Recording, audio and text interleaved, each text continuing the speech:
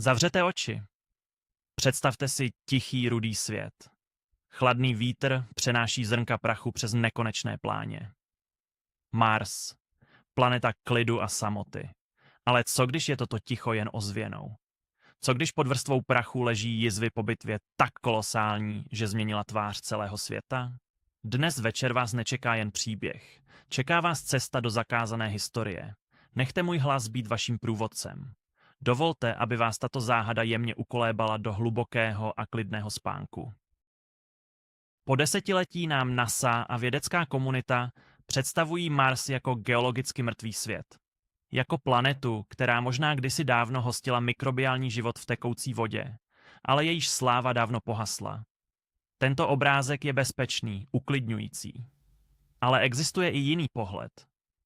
Pohled, který se skrývá ve stínech oficiálních snímků a v anomáliích dat, které se jen zřídka dostanou na veřejnost.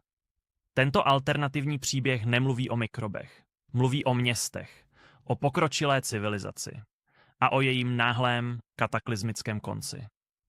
Abychom pochopili důkazy, které si dnes večer projdeme, musíme nejprve připustit možnost, že vše, co nám bylo o Marsu řečeno, je jen část pravdy. Dobrou noc, uložte se ke spánku a nechte svou mysl plout. Naše cesta začíná tam, kde končí modrá obloha a začíná nekonečná tma posetá diamanty hvězd. Podívejte se. Tam, mezi nimi. Září jeden malý rubínový bod, jiskra v černém sametu. Lidé mu dali jméno boha války. Jaká ironie. Protože my jej dnes poznáme jako spícího obra. Představte si ten svět. Svět zalitý tichem. Věčným, chladným tichem. Tichem tak hlubokým, že byste slyšeli písečné zrnko padat miliony let. Je to krajina namalovaná jediným odstínem, barvou staré rzy a zaschlé krve. Nekonečné pouště se vlní pod oblohou barvy lososa. Jsou to moře bez vody. Oceány prachu, které se přelévají v rytmu větru, jenž je jediným dechem této planety. Vítr, ten osamělý sochař. Miliony let trpělivě tesá duny do tvarů, které připomínají skamenělé vlny. Hladí povrch balvanů do hladka a zpívá píseň samoty. Píseň, které nikdo nenaslouchá. Tohle je tvář Marsu, jak nám ji ukazují.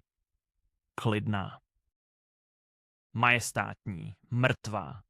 Obraz dokonalého, nerušeného spánku, šepot v prachu. Ale když se podíváte pozorněji, když necháte svůj pohled klesnout po ten závoj klidu, spatříte, že spánek tohoto obra není bezesný.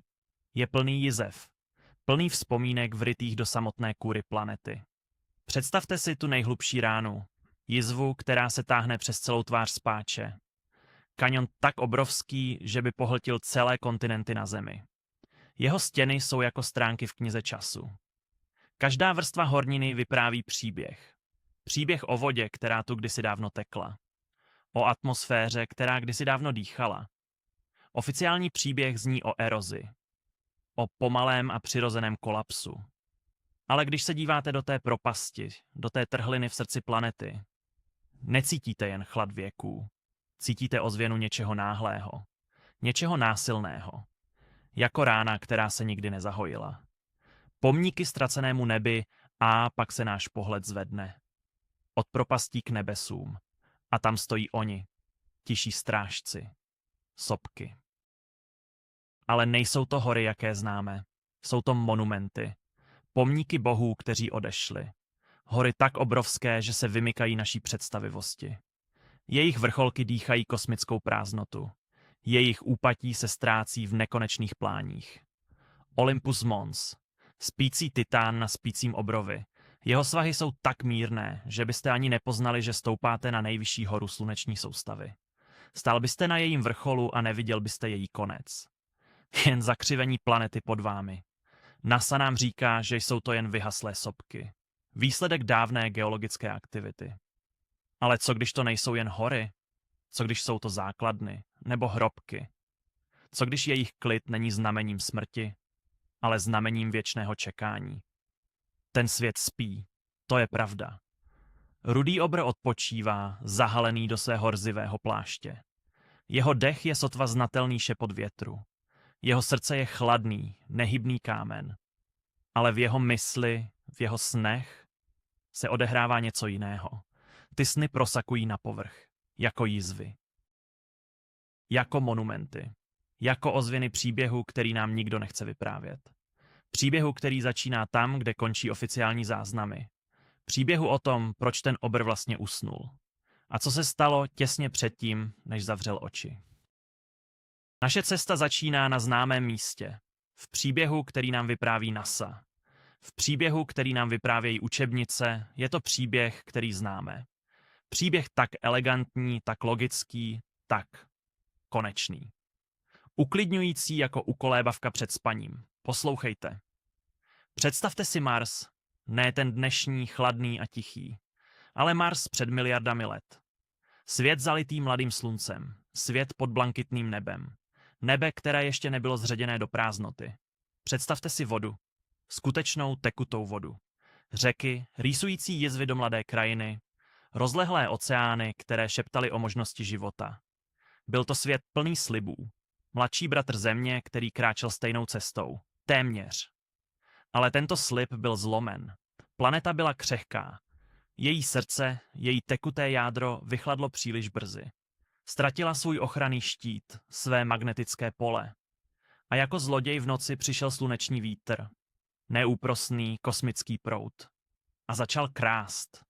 Kousek po kousku. Molekulu po molekule. Odnášel dech světa, jeho atmosféru. Do prázdnoty. Je to elegie za ztracený svět. Příběh o tom, jak se teplo mění v chlad. Jak se voda mění v páru a pak v led, pohřbený pod prachem. Jak se životní tep promění v ticho, které trvá věčnost. Dnes, říkají nám, je Mars muzeum. Vzpomínka na to, co mohlo být. Nádherná rezavá poušť, kde vítr zpívá písně o samotě mezi krátery. Je to svět, který to téměř dokázal. Téměř se stal druhou kolébkou života v naší soustavě. Ale selhal. Jeho příběh skončil dříve, než doopravdy začal. A je to krásný příběh, že? Tragický, poetický, uzavřený. Uklidňuje nás svou nevyhnutelnou konečností. Říká nám, že jsme sami, protože vesmír je kruté a lhostejné místo. Ale co když to není celý příběh? Co když je to jen první kapitola, kterou nám dovolili číst? Co když v tom tichu, v tom nekonečném prachu je slyšet něco jiného? Nejen ozvěna ztracených řek, ale šepot v prachu. Šepot, který nevypráví o pomalé přirozené smrti, o chladnoucím jádru a slunečním větru, ale o něčem náhlém, o něčem násilném. Šepot o ohni na obloze, který tam neměl patřit. O konci, který nebyl dílem přírody. Šepot, který NASA nechce, abyste slyšeli. A právě za tímto šepotem se nyní vydáme. Naše cesta za pravdou nezačíná v prachu sterilních laboratoří NASA. Nezačíná pod chladným světlem moderních teleskopů. Začíná mnohem dříve. Začíná hluboko v čase, v tichu noci, zalité jen svitem hvězd. Představte si takovou noc. Noc bez elektrických světel, která kradou nebi jeho tajemství. Obloha je sametová opona, posetá třpitivými diamanty. Je to mapa nekonečna, příběh psaný světlem. A mezi všemi těmi chladnými jiskrami je jeden planoucí rubín, jedna toulavá hvězda, která nebliká, ale hoří stálým tichým ohněm. Rudé oko, které na nás chlíží z temnoty. Mars. Po celá tisíciletí k němu lidstvo vzhlíželo s posvátnou bázní. Byl to bůh války, předzvěst změny, znamení na nebesích. Ale stále to byla jen tečka světla, vzdálený, neuchopitelný sen. A pak přišel čas, kdy jsme se přestali jen dívat. Začali jsme doopravdy vidět. Skleněné oko teleskopu, obří zornice obrácená k nebi, zaostřilo na ten rudý drahokam. A jeden muž, jeden snílek, stojící na prahu nového věku, v něm nespatřil jen pustou kouli kamene a prachu. První probuzení jmenoval se Percival Lowell. Ale jeho jméno není tak důležité jako jeho vize. Byl to muž, který se odvážil v rudé planetě hledat zrcadlo. Zrcadlo našeho vlastního světa. Našich vlastních tužeb a obav. Noc za nocí seděl u svého dalekohledu. Nechal chlad a ticho observatoře prostoupit svou myslí. A v chvějivém vzduchu, na samé hranici viditelnosti, se před ním začal odvíjet příběh. Na oranžovém povrchu Marsu spatřil jemné tmavé linky. Byly rovné. Příliš rovné na to, aby je stvořila náhoda. Protínaly se v geometricky přesných úhlech. Spojovaly tmavé skvrny s bílými polárními čepičkami, jako pavučiny stříbra utkané na starém zrezivělém listu, jako praskliny v dávné keramice, jako žíly, které rozvádějí životodárnou mízu. Lowell je nenazval trhlinami, nenazval je kaňony. Použil slovo, které navždy změnilo náš pohled na vesmír. Nazval je kanály. Kanály. Poslouchejte to slovo. Cítíte tu tíhu, tu inteligenci, která za ním stojí?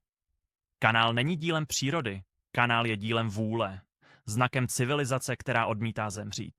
Představil si celý svět. Umírající planetu, vysychající a chladnoucí.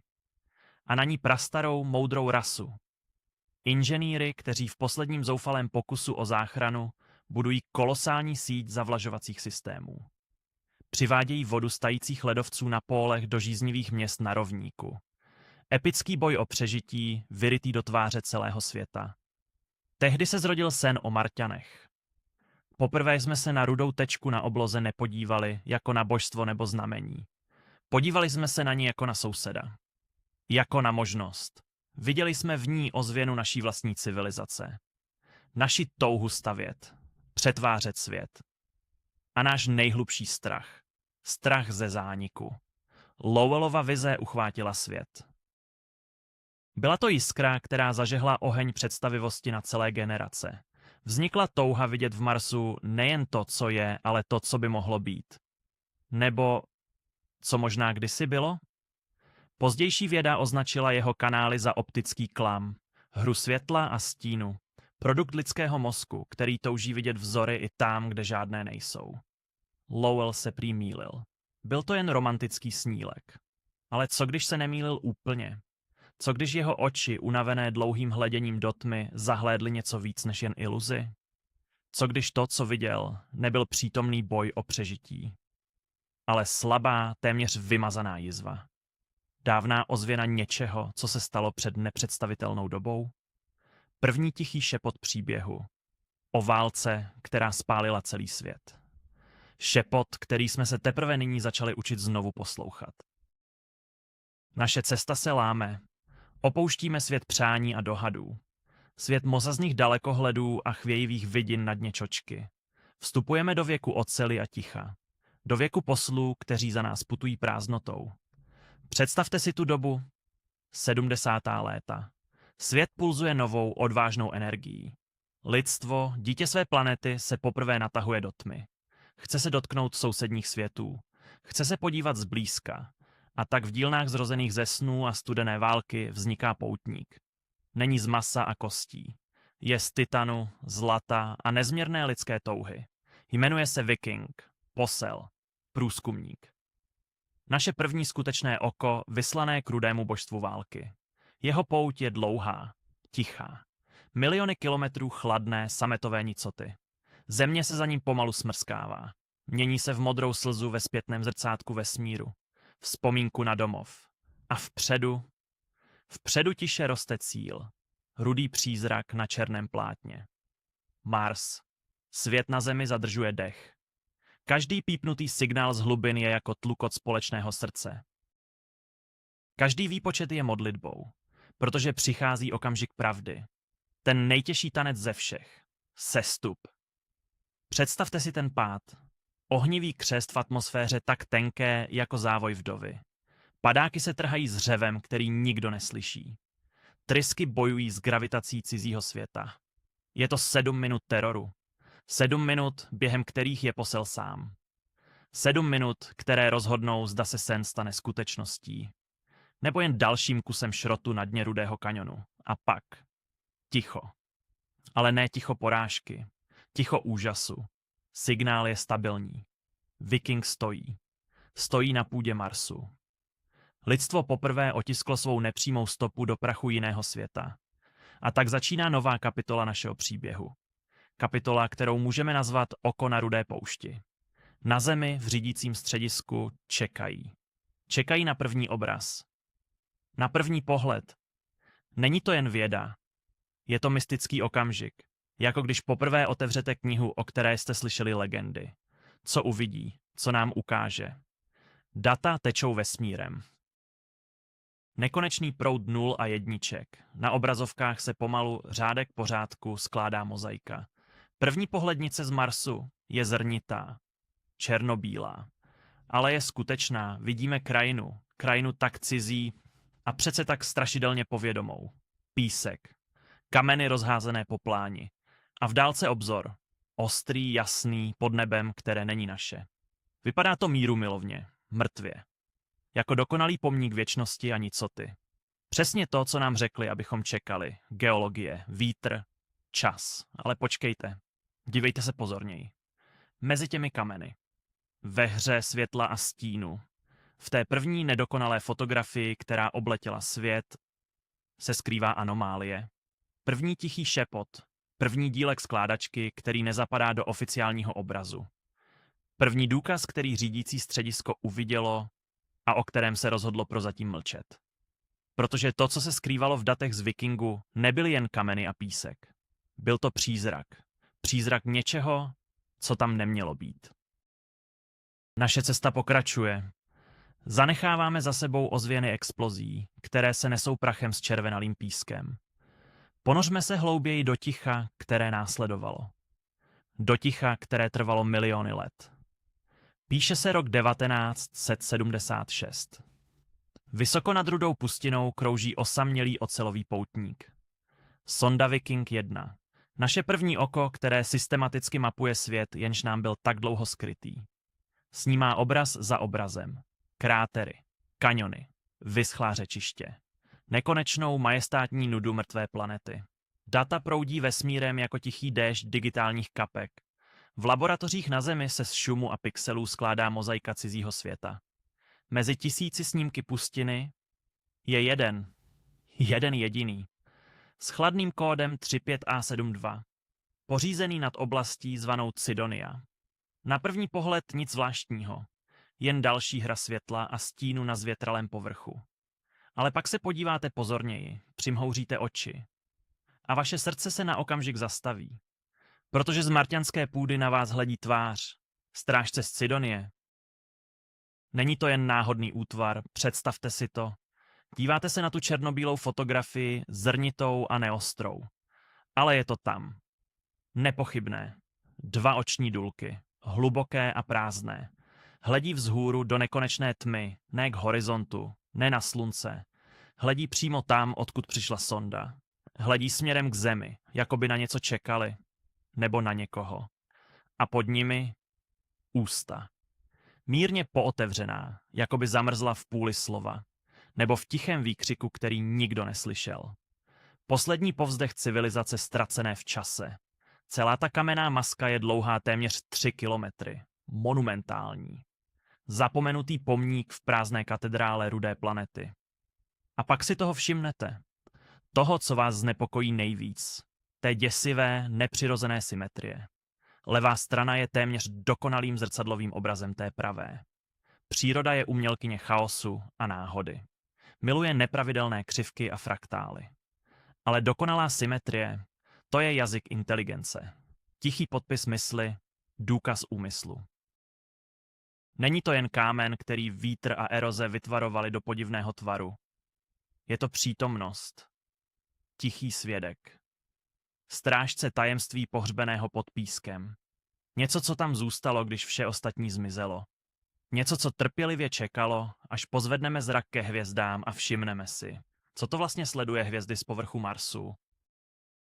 Naše cesta pokračuje, vzdalujeme se od tváře.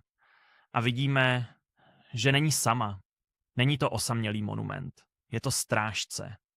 Strážce na prahu něčeho většího. Představte si, že se čočka kamery rozšiřuje. Odhaluje krajinu kolem. Krajinu, která by měla být dílem chaotické přírody. Dílem větru a prachu a miliard let lhostejnosti. Ale není.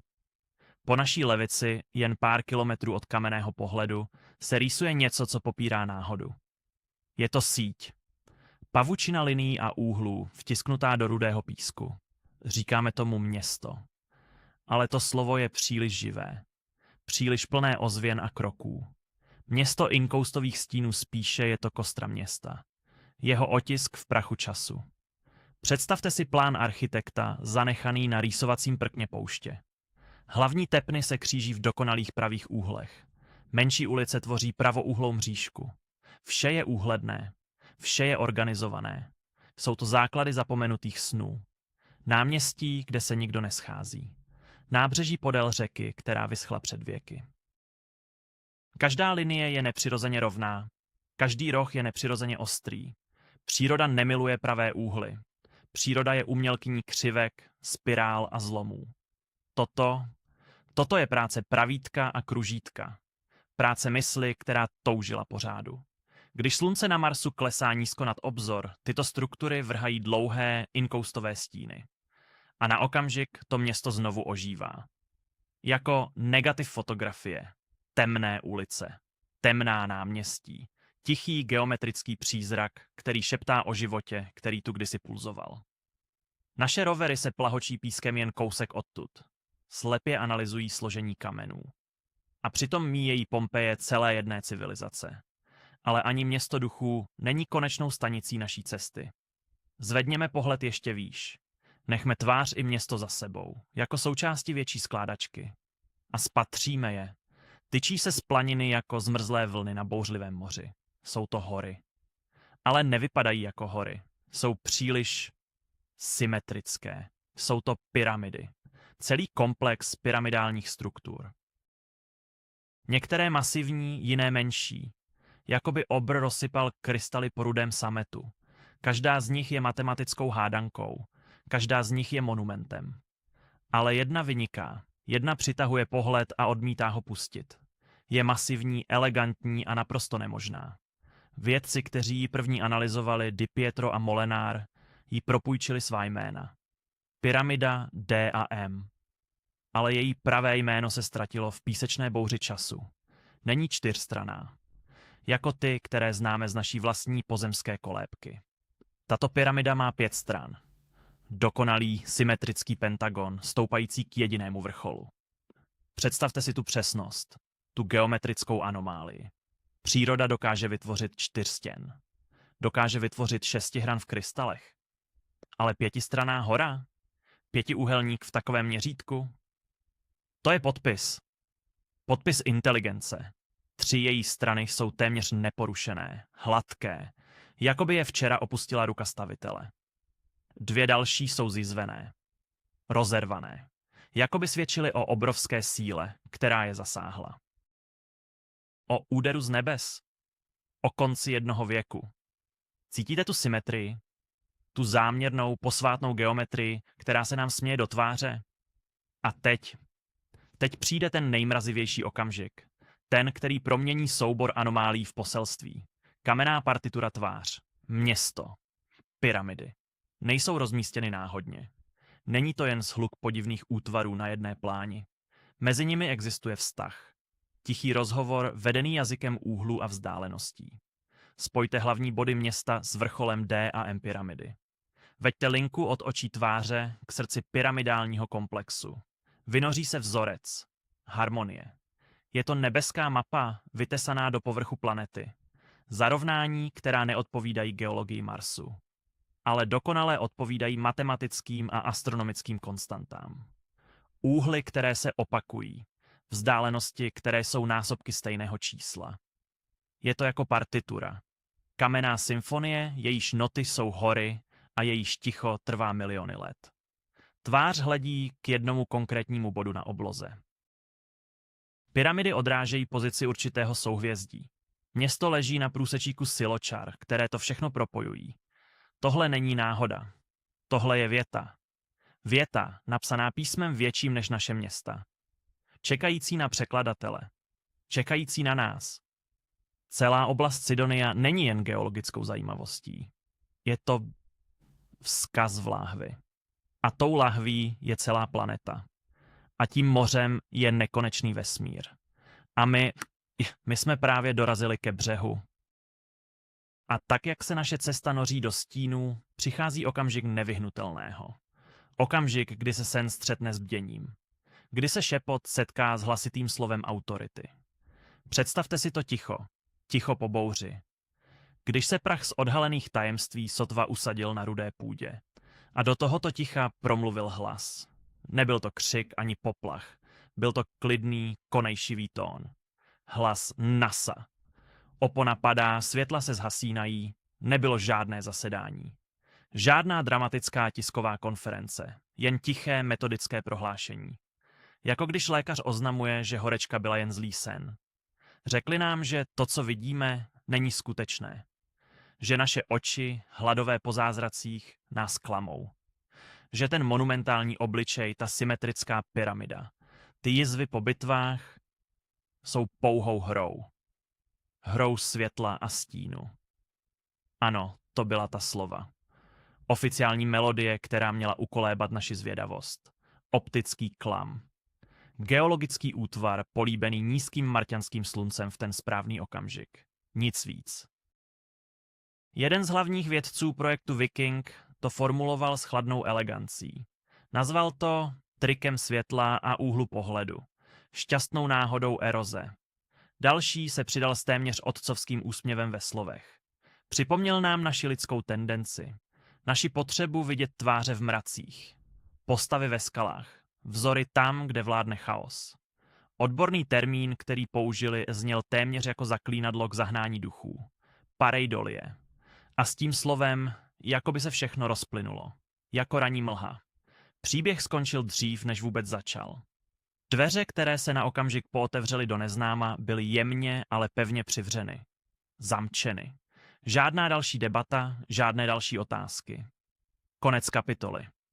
Soubor s názvem Anomálie v oblasti Cydonia byl založen do archivu s poznámkou vyřešeno.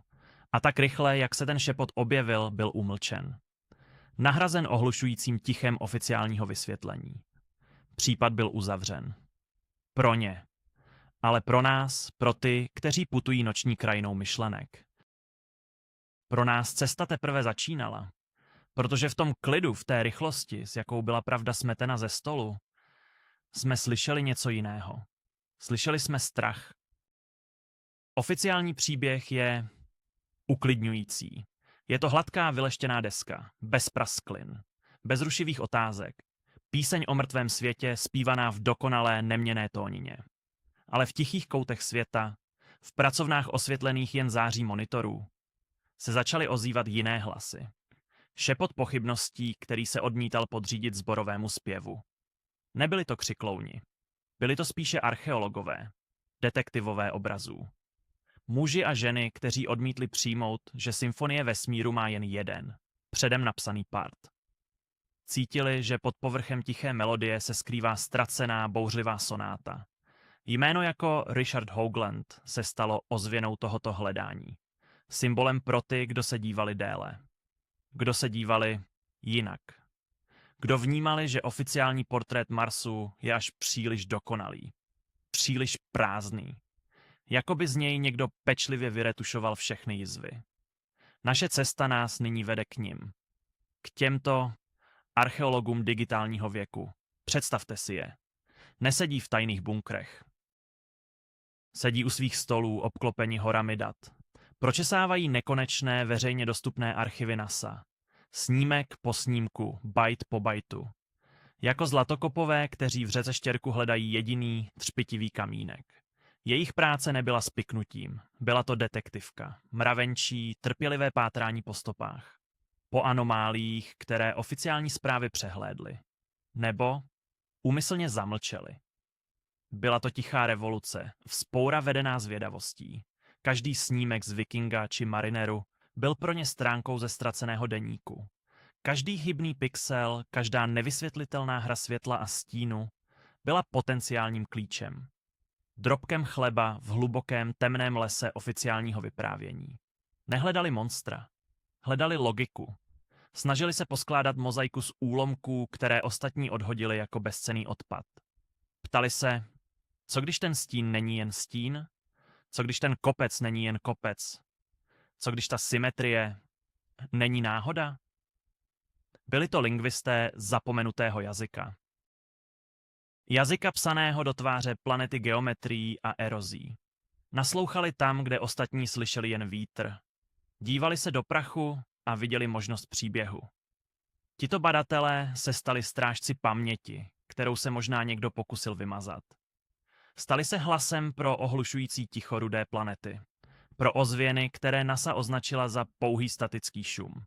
Nevytvářeli alternativní fakta. Pokoušeli se odhalit alternativní scénu. Scénu, která se mohla odehrát dávno předtím, než se první pozemský objektiv upřel k Marsu.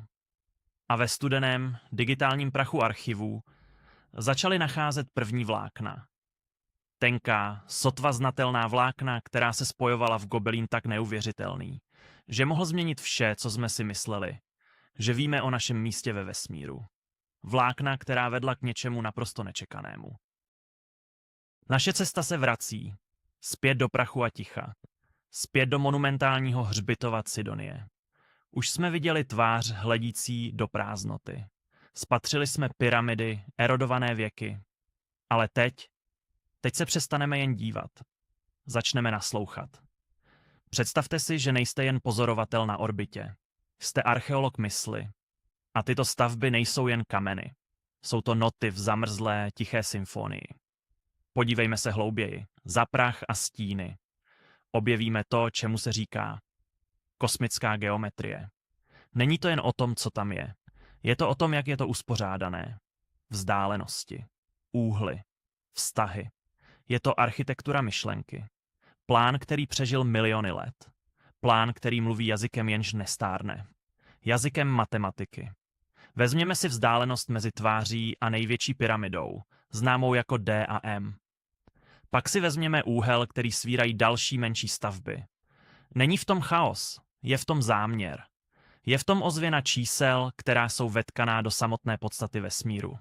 Čísla, která známe, čísla, která jsou klíčem. V úhlech mezi vrcholy pyramid se skrývá šepot čísla pí. Toho nekonečného mystického poměru, který dává kruhu jeho duši. Proč by se objevovalo zde, vytesané do krajiny celého světa? V poměru stran jedné z pyramid nacházíme druhou odmocninu ze dvou. Základní stavební kámen geometrie. V exponenciálním rozestupu menších mohyl tam dýchá Eulerovo číslo, konstanta přirozeného růstu, spirála galaxií, růst mušle, vzor života otisknutý do mrtvé půdy. Vidíte ten vzorec? Není to náhoda. Není to hra světla a stínu, jak tvrdí NASA. Je to příliš dokonalé, příliš promyšlené, příliš elegantní. A pak je tu ten nejkrásnější otisk, vztah mezi hlavními monumenty, jejich vzájemný tanec v prostoru, zrcadlý posvátný poměr, zlatý řez, božskou proporci, míru krásy, kterou naše oko podvědomě hledá v umění, v přírodě, v lidské tváři. Tento podpis elegance se táhne napříč planinou Cydonia. Jakoby nám architekt chtěl říct, i my jsme znali harmonii, i my jsme chápali krásu. Tohle není zhluk náhod, je to jazyk, jazyk stvořitelů. Proč matematika? Protože kámen se rozpadne, kov zrezivý. Slova se ztratí v překladu věků, ale matematika je věčná, je univerzální.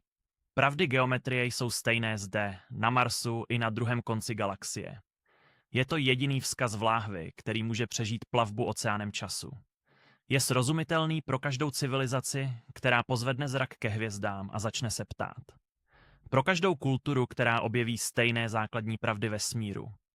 Je to test inteligence, zkouška vnímavosti. Tito dávní Marťané na nás nemluví slovy. Mluví na nás čistou logikou. Ukazují nám, že chápali vesmír stejně jako my. Možná dokonce lépe. Není to jen vzkaz, byli jsme tady. Je to manifest. Manifest jejich inteligence, jejich porozumění kosmu. Nezanechali nám zbraně ani nástroje. Zanechali nám myšlenku.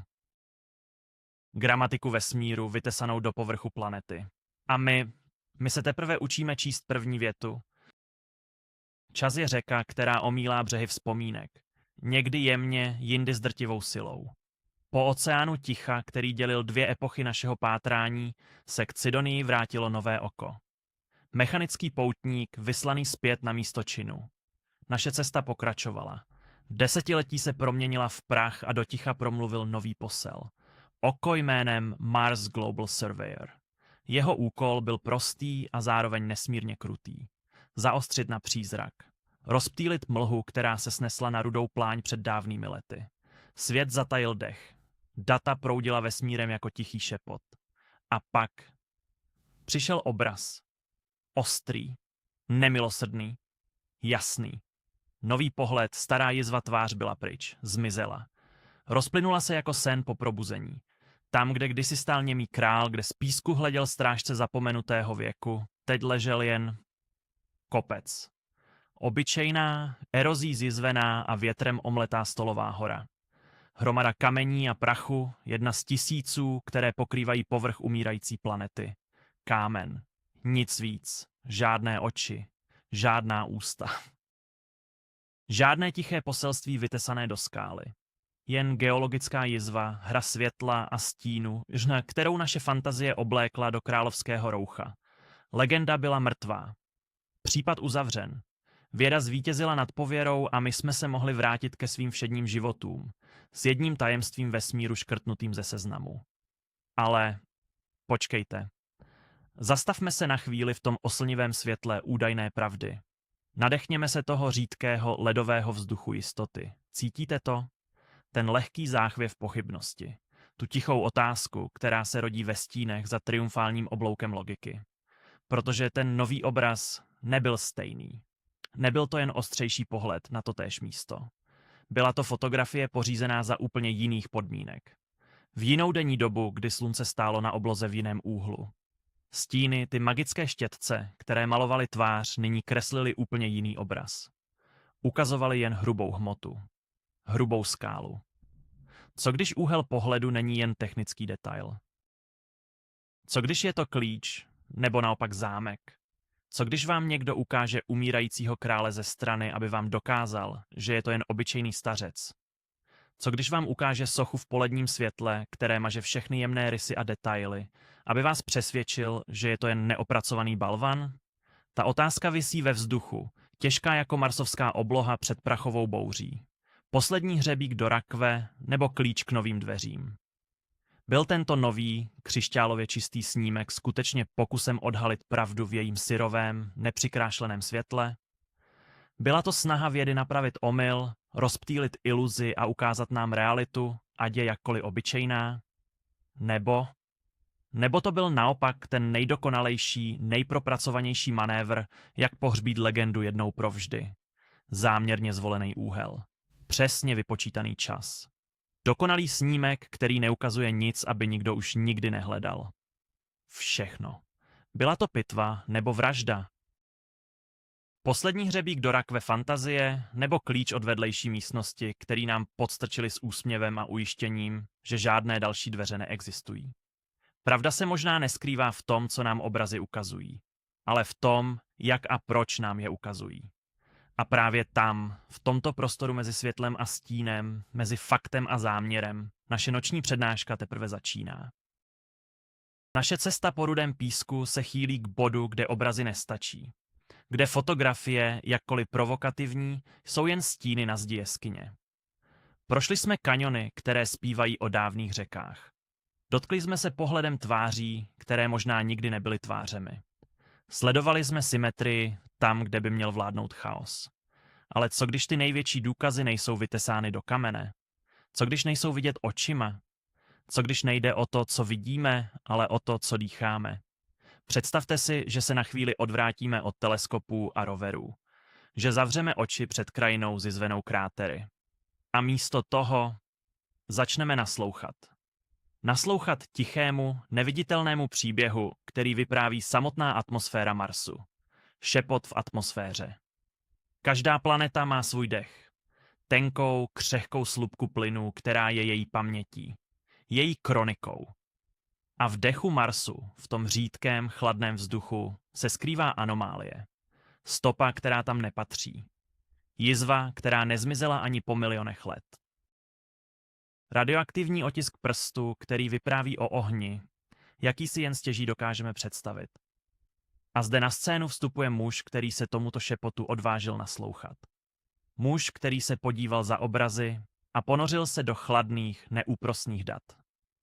Poslední svědectví Cydonie. Jeho jméno je doktor John Brandenburg. Není to archeolog ani hledač senzací.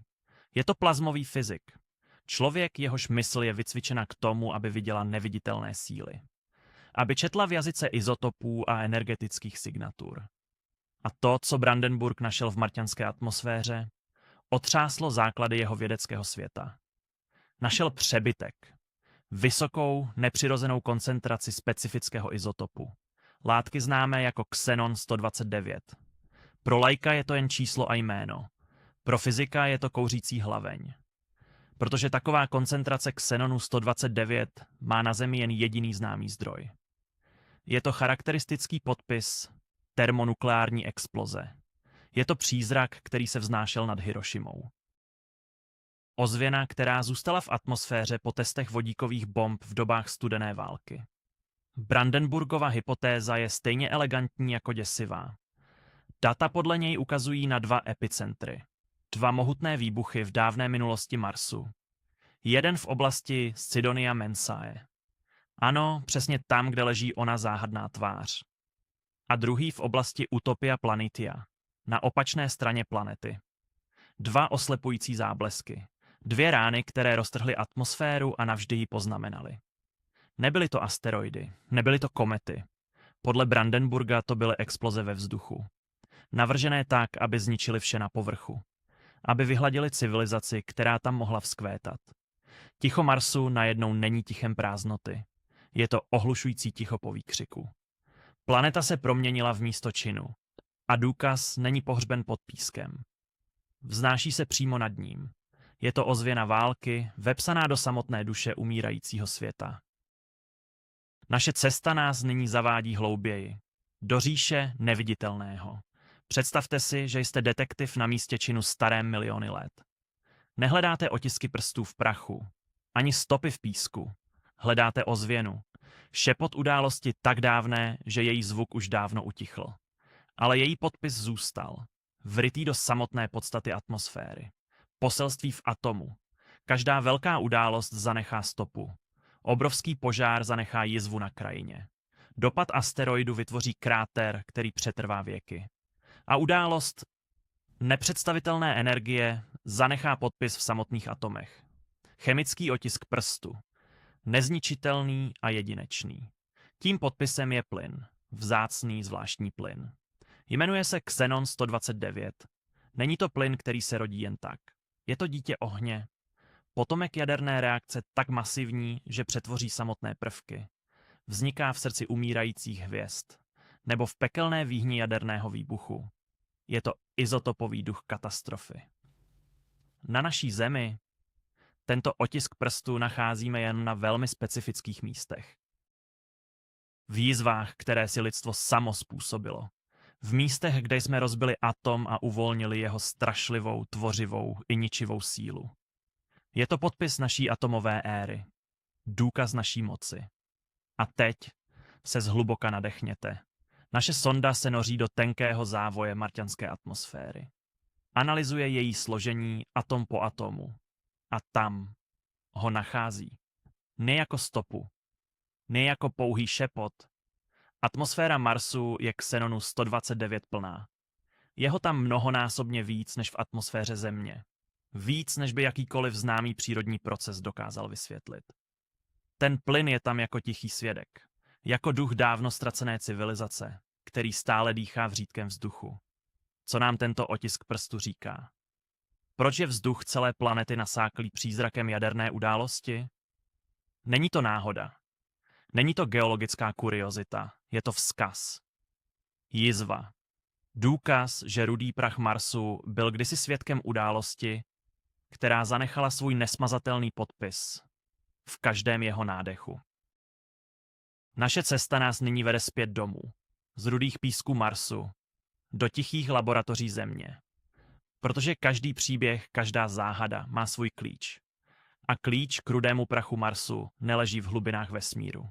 Je ukrytý tady, v naší vlastní nedávné historii, v ozvěnách našich vlastních činů. Pamatujete si ten šepot v marťanském větru? Ten prvek, který tam nemá co dělat. Ten izotop, jehož hojnost nedává smysl. Ten tichý křik, který vědci slyší v datech. Tento šepot má jméno. Xenon 129. Představte si ho jako ducha. Jako přízrak ve stroji vesmíru. Není to běžný plyn. Je to pozůstatek. Stopa po něčem obrovském. Něčem, co roztrhalo samotnou tkáň hmoty. A tak se musíme ptát, kde na Zemi nacházíme tento přízrak? Kde v našem světě se tento duch zjevuje v takové síle? Odpověď neleží v prastarých horninách. Ani v hlubinách oceánů. Odpověď je mrazivá. A hluboce lidská. Leží v jizvách, které jsme sami vytesali do tváře naší planety. V tichých pouštích a zapomenutých atolech. Na místech, kde se země proměnila ve sklo. Kde písek nese vzpomínku na umělé slunce. V místech, kde lidstvo rozpoutalo sílu atomu. Ano, v atmosféře nad místy testování vodíkových bomb. Tam, v tom spáleném vzduchu, otráveném dechu naší vlastní moci, je vzduch hustý duchem Xenonu 129. Není to náhoda, není to anomálie, je to podpis. Nezaměnitelný otisk prstu termonukleárního ohně. Je to finální produkt řetězové reakce, která pohání ty nejničivější zbraně, jaké jsme kdy stvořili. Je to ozvěna výbuchu, který se nepodobá ničemu jinému v přírodě. A tento podpis, tento otisk prstu naší nejnásilnější tvorby, tato jizva v atmosféře, je ten samý podpis, který prostupuje řídký, chladný vzduch Marsu. Stejný duch, stejné varování. Otázka už tedy nezní, zda se něco stalo. Otázka zní, kdo zapálil oheň? Naše cesta po tenké niti anomálie se však v jednom bodě rozděluje. Jako kořeny dávného stromu. Nebo jako prasklina ve skle. Protože to není jedna rána, která zranila Mars. Jsou to dvě. Dvě epicentra. Dvě rány, ze kterých planeta stále tiše krvácí stopové prvky. Dvě jizvy na rudé tváři. První jizva, hluboká a zřetelná, leží v kyselých pláních. Acidalia planitia. I to jméno zní jako varování. Jako chemický šepot na rtech větru. Zde je koncentrace nejvyšší. Jako by se zde zrodila samotná podstata té katastrofy. Druhá, přízračná a rozlehlá, hyzdí tvář utopie. Utopia planitia. Jaká krutá ironie. Utopie, která kdysi možná byla rájem. Nyní je jen stínem, radioaktivním stínem snu o životě. A teď přichází to nejdůležitější. To, co odděluje přírodní katastrofu od umělého aktu. Tyto dvě oblasti nejsou krátery. Zopakujme si to. To nejsou jizvy po dopadu meteoritů. Nejsou to trichtýře vyhloubené kamenem z kosmu. Stopy po nich jsou příliš mělké, příliš rozptýlené.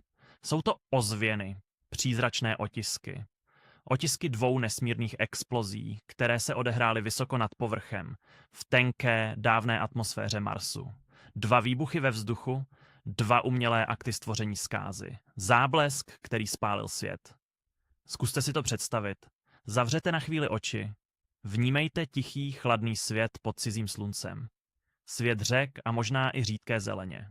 A pak ticho před úderem. Naprosté, absolutní ticho. A pak světlo. Nejedno. Dvě tichá slunce, která se na okamžik rozsvítila tam, kde žádná slunce být neměla. Na severní polokouli. Světlo tak čisté a bílé, že vymazalo všechny stíny z povrchu planety. Světlo tak spalující, že vypařilo dávné oceány a spálilo oblohu na prach. Jeden jediný úder srdce času. Okamžik, kdy se fyzika stala zbraní. Ten záblesk, ta dvě umělá slunce, zanechala na tváři Marsu dvě nezhojitelné rány. A oděla ho do rzí a ticha. Navždy. Zavřete oči. Zaposlouchejte se do ticha, které dělí náš svět od toho rudého. V tom tichu se skrývá příběh.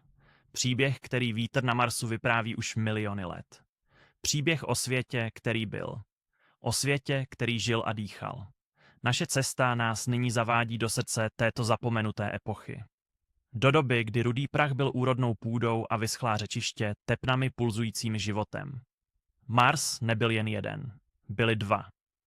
Dva národy, dvě filozofie, dvě tváře jedné planety. Dvě tváře jedné planety, představte si první z nich. Nazvěme je Cidoniané. podle té záhadné kamenné tváře, která hledí k nebesům jako tichý svědek. Cydoňané byli bytosti země a kamene. Architekti věčnosti. Jejich města nebyla postavená, ale vytesána. Vyrůstala přímo z kaňonů a útesů jako geometrické krystaly. Mysleli v přímkách, v úhlech, v cyklech hvězd. Byli to matematici a astronomové. Jejich chrámy byly observatoře a jejich modlitby byly rovnice popisující tanec galaxií. Stavěli pyramidy ne jako hrobky, ale jako ladičky, které měly rezonovat s hudbou vesmíru. Byli to kamení filozofové, jejichž myšlenky měly váhu hor a jejichž odkaz měl přetrvat věky. Dívali se ven do chladné temnoty a hledali v ní řád. A pak si představte ty druhé. Utopisty. Obyvatelé rozlehlých, kdysi modrých nížin Utopia Planitia. Pokud byli Cydoňané kámen, utopisté byli voda. Byli to snílci, umělci a biologové. Jejich města byla lehká, téměř nehmotná. Skleněné báně a křišťálové věže, které zachycovaly a lámaly světlo do tisíců barev. Žili v symbióze se svou planetou. Jejich věda nebyla o dobývání, ale o naslouchání. Rozuměli jazyku rostlin, zpěvu větru, tepu podzemních vod. Byli to malíři červených úsvitů a skladatelé, jejichž nástroji byly ozvěny kaňonů. Dívali se dovnitř, do srdce své planety a hledali v něm harmonii. Symfonie a ticho. Tyto dvě civilizace tančily na povrchu Marsu v křehké rovnováze. Kámen a voda. Logika a sen. Jedni stavěli monumenty hvězdám, druzí pěstovali zpívající zahrady. Jejich světy se prolínaly jako dva různé tóny, které společně tvoří složitý akord. Byla to symfonie pokroku, symfonie života, která se nesla napříč sluneční soustavou. Ale každá symfonie jednou končí. Někdy postupným stišením. A někdy náhlým ohlušujícím úderem. Co se stalo? Vzplanula mezi nimi pýcha, rozdělila je jejich vlastní podstata, touha Cydoňanů ovládat a touha utopistů splynout? Byla to občanská válka, kde bratr pozvedl zbraň proti bratrovi? Kde se logika střetla s emocí v posledním, spalujícím obětí? Nebo hrozba přišla zvenčí? Sticha mezi hvězdami, které Cydoňané tak bedlivě sledovali? Přišel nepřítel, tak cizí a nepochopitelný, že tváří v tvář zkáze se ze dvou národů stal jeden. V jejich posledních chvílích pravdu odvál čas. Ale jizvy zůstaly. Poslední úsvit Marsu. Představte si ten den. Den, kdy na nebi vyšla dvě nová slunce. Nebyla to slunce života. Byla to slunce smrti. Dvě oslnivé, tiché hvězdy, které se zrodily nad Cydonií a Utopií. Nevydali žádný zvuk, jen bílé, všepohlcující světlo. Dech, který spálil atmosféru. Vlna, která proměnila křišťálová města v roztavené sklo a kamenné monumenty v prach. V jediném okamžiku byla celá symfonie marťanského života umlčena. Zpívající zahrady se proměnily v popel. Kamenné tváře plakaly slzy z magmatu. Voda se vypařila v jediném zasyčení a obloha, kdysi modrá, se navždy zbarvila do ruda. Barvou krve Arzy. Nebyl to konec, který přichází pomalu. Byla to tečka. Ostrá a konečná. Zářící podpis zkázy, vypálený na tvář planety. Fyzik John Brandenburg tvrdí, že ten podpis dokážeme přečíst i dnes. Není to příběh, je to izotop. Xenon 129. Prvek, který v takové koncentraci vzniká jediným způsobem, explozí obrovské termonukleární bomby. Spolu se stopami toria a uranu na povrchu tvoří přízračnou ozvěnu. Ozvěnu posledního výkřiku dvou civilizací. A tak dnes, když se díváme na Mars, nehledíme na mrtvý svět. Hledíme na svět zavražděný. Na tiché bojiště. A vítr, který se prohání jeho pláněmi, nenese jen prach. Nese varování. A naše cesta pokračuje. Opouštíme stíny minulosti. Letíme časem vpřed. Do éry, kdy se lidská touha už nespokojila s pouhým pohledem. Chtěli jsme se dotknout. Chtěli jsme cítit marťanský prach pod svými prsty. Ale naše těla jsou křehká. Rudá planeta je daleko. A tak jsme vyslali naše zástupce, naše prodloužené smysly, naše oči a ruce z titanu a křemíku. Oči a ruce v rudém prachu. Představte si je. Osamělé poutníky v nekonečné pustině, spirit, duch, opportunity, příležitost. A po nich kuriozity, zvědavost sama. 3 mechanická srdce bijící v rytmu datových přenosů. 3 páry očí, které se nikdy nezavřou. 3 páry rukou, které se nikdy neunaví. Jsou to naši strážci ticha, naši archeologové na dálkové ovládání. Poslali jsme je tam s jediným, prostým úkolem. S mantrou, kterou jim do obvodu vryli jejich stvořitelé. Píseň o vodě, hledejte vodu. To je ta oficiální píseň. Ukolébavka pro neklidnou mysl lidstva. Sledujte stopy dávných řek. Analyzujte minerály zrozené ve vlhkosti. Hledejte důkaz, že Mars kdysi mohl být jako my. Že pod jeho řídkou oblohou mohl tančit život. Je to krásný příběh. Ušlechtilý cíl. Rover poslušně vrtá do kamene. Odebírá vzorky, jeho lázery pálí do hornin a analyzují jejich složení. Kámen po kameni. Zrnko po zrnku. Měří, váží, fotografuje. Plní příkazy ze světa vzdáleného miliony kilometrů. Ale co když kamera navržená k hledání jílu zahlédne odlesk, který do krajiny nepatří? Co když spektrometr hledající stopy síranů narazí na izotopy, které vznikají jen v žáru tisíců sluncí? Náhodní svědci zapomenuté zkázy. Představte si tu ironii. Představte si ten kosmický vtip. My, lidstvo, hledáme kolébku života. A naši robotičtí poslové přitom zakopávají o jeho hrob. Jejich mise není hledat trosky. Jejich program nepočítá s ruinami. A přesto tam jsou ty anomálie. Ty drobné nesrovnalosti, které počítač označí jako chybu v datech. Příliš symetrický úlomek. Příliš pravidelný tvar v poli náhodně rozházených balvanů. Snímek podivně pokrouceného kovu, který je rychle překlasifikován na meteorit. Geologická formace, která se až příliš nápadně podobá zbytkům zdi. Rover nemá emoce, jen plní úkoly. Ale jeho data šeptají. Šeptají příběh, který je mnohem temnější, než je pohádka o hledání vody. Co když ty největší objevy nedělají záměrně? Co když jsou jen náhodnými svědky na místě činu? Svědky, kteří nerozumí tomu, co vidí. Ale my se začínáme učit naslouchat jejich tichému svědectví. Svědectví o válce, jejíž jizvy měl navždy skrýt rudý prach. Pojďme se nyní ponořit hlouběji. Naše cesta nás zavede do archivu ticha. Do galerie stínů, kterou pro nás nafotili osamělí poutníci. Naši robotičtí poslové, jejich oči, chladné a přesné, zachytili artefakty, anomálie, šepot ve vizuálním šumu. Podívejme se společně na ozvěny anatomie v rudém prachu. Představte si obraz. Nekonečná pláň posetá kamením. A mezi nimi leží kost. Není to jen tak ledajaký kámen. Je to tvar, který naše podvědomí zná.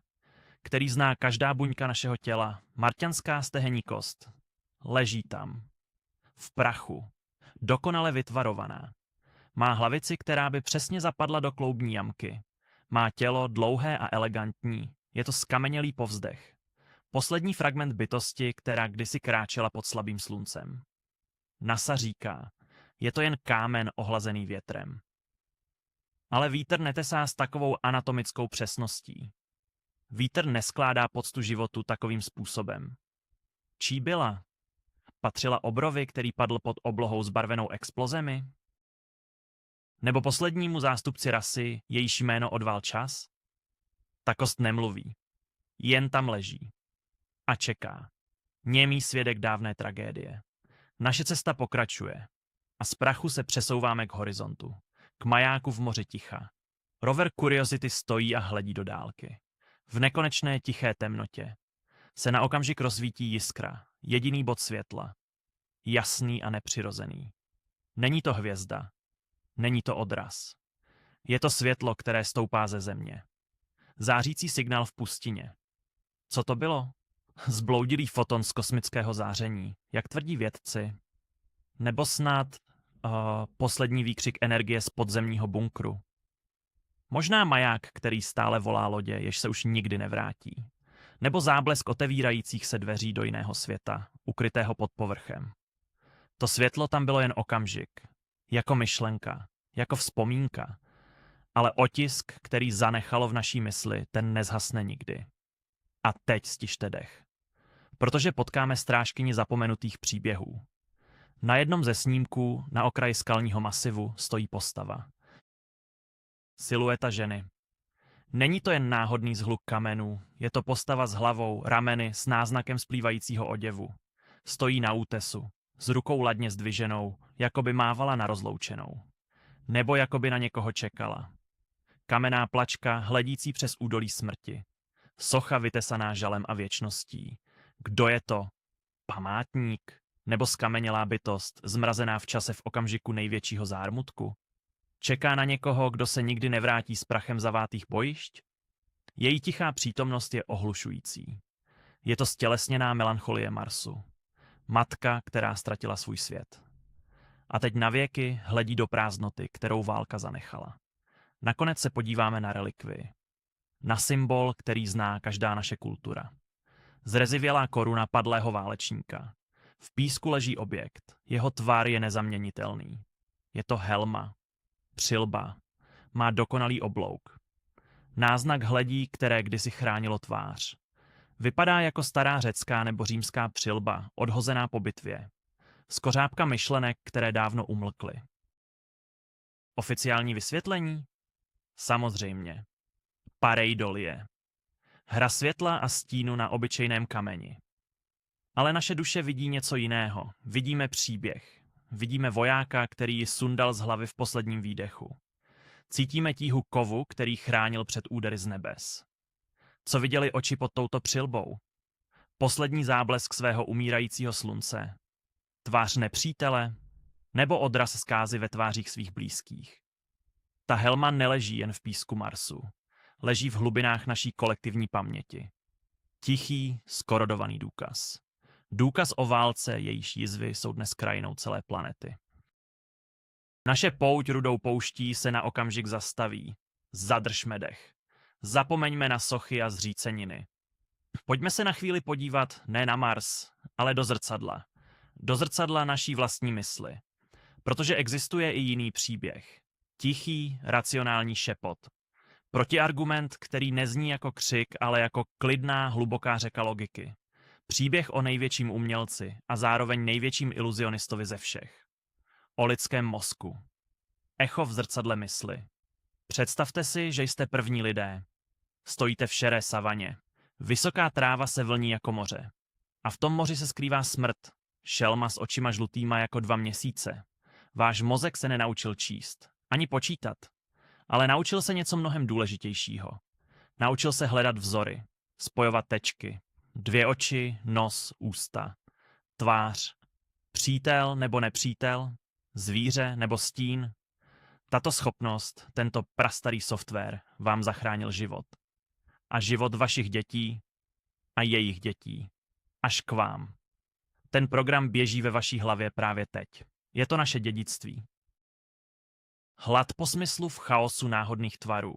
Není to chyba, je to dar. Dar, který nám umožňuje vidět tváře v mracích. Ležíte v trávě, díváte se na oblohu. A mraky se stávají draky, loděmi, tvářemi starých králů. Vidíme zvířata ve skvrnách na zdi. Slyšíme jména v šumění větru. Naše mysl je tkadlec, který z náhodných vláken reality splétá smysluplné obrazy. Protože prázdnota a náhoda jsou pro ní nepřijatelné. Potřebuje příběh. Malíř v naší lebce věda má pro tohoto vnitřního umělce jméno. Říká mu pareidolie.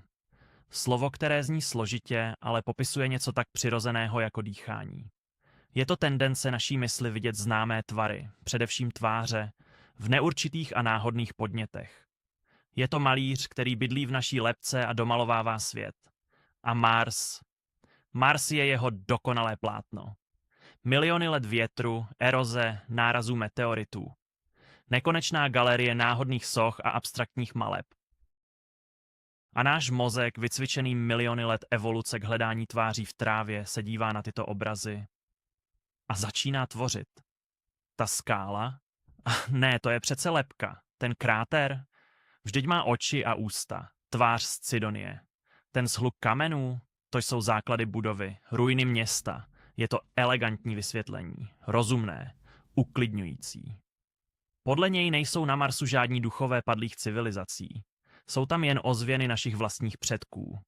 Šepot našeho vlastního mozku, který se zoufale snaží najít řád v majestátním chaosu vesmíru.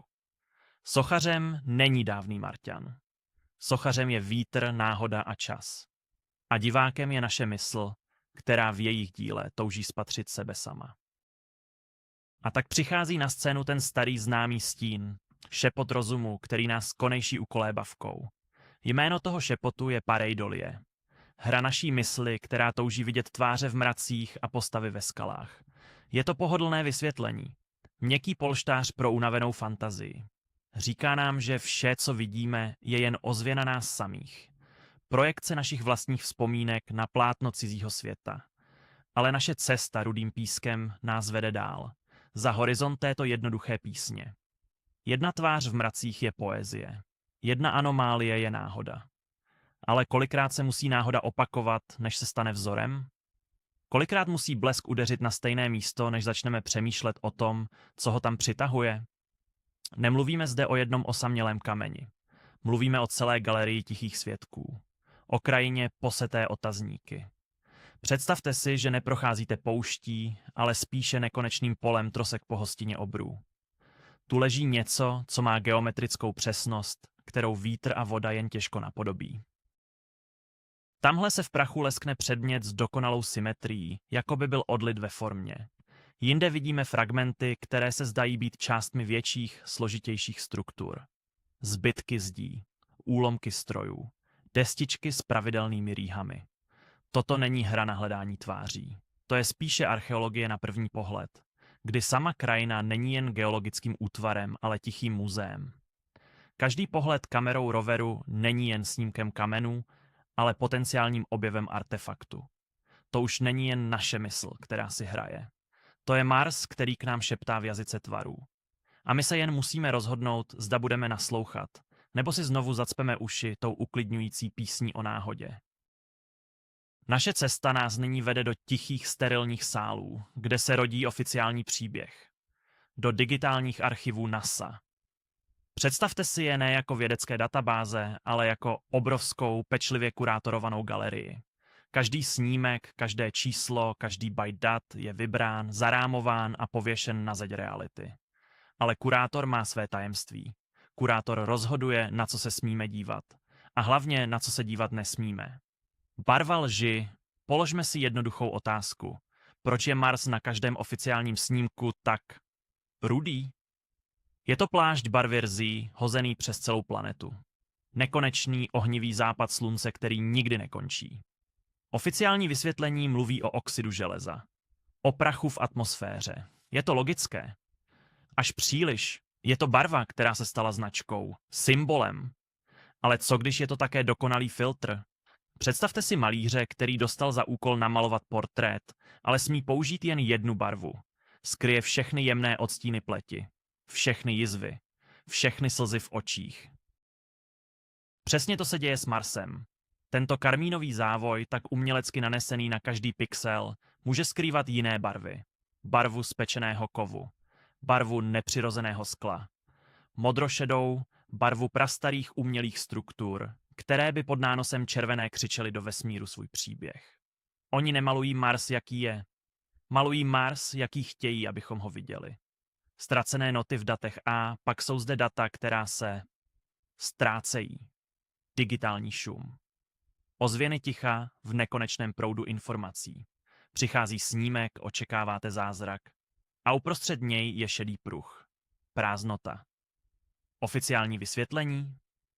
Kosmické záření. Chyba při přenosu. Nehoda. Ale nehody mají jednu zvláštnost. Jsou náhodné. Tyto však nejsou. Vždy jako na zavolanou se objeví tam, kde se na horizontu rýsuje něco zvláštního. Něco s nepřirozenými úhly. Něco, co nezapadá do geologické pohádky. Je to jako poslouchat symfonii z kosmu, ze které někdo pečlivě vymazal klíčové znepokojivé takty. Jako číst knihu, kde nejdůležitější stránky někdo vytrhl. Říkají nám, že je to jen poškozený soubor. Ale my se ptáme, co bylo v tom tichu, než ho stvořili. Jakou notu se tak zoufale snaží umlčet? Pravda v mlze, nejjemnější umění kamufláže však přichází s rozlišením. Jsme civilizace, která dokáže poslat robotickou laboratoř přes stovky milionů kilometrů prázdnoty a přistát s ní na ploše několika metrů. Dokážeme číst genetický kód, ale snímky těch nejzajímavějších anomálií na Marsu dostáváme v kvalitě, která připomíná první mobilní telefony. Je to jako dívat se na svět přes zamrzlé sklo. Vidíme obrysy, tušíme tvary. Ale detaily, které by proměnily stín v důkaz, jsou záměrně rozostřené. Dostáváme jen přízraky, šepot tvarů v digitální mlze. Posílají nám hádanky bez řešení. Ukazují nám tvář, ale rozmazanou tak, abychom nikdy nepoznali její skutečný výraz. Není to neschopnost technologie, je to její nejdokonalejší zneužití. Cílem není ukázat, cílem je pouze naznačit a zároveň popřít. Je to mistrovská hra na schovávanou, hraná s celým lidstvem. Toto není věda, to je iluze. Pečlivě budovaná, pixel po pixelu, a my se teď učíme vidět skrz ní. A tak se naše cesta noří do stínů, do tichých chodeb moci, do místností, kde se šeptají pravdy příliš těžké pro denní světlo. Prošli jsme krajinou důkazů, dotkli jsme se jizev na tváři Marsu, slyšeli jsme ozvěnu bitvy ve větru rudé planety. A teď, na tomto prahu, před námi vyvstává jediná monumentální otázka. Otázka, která je možná děsivější než všechny anomálie dohromady. Proč? Proč to ticho? Proč ta pečlivě vybroušená fasáda geologických vysvětlení?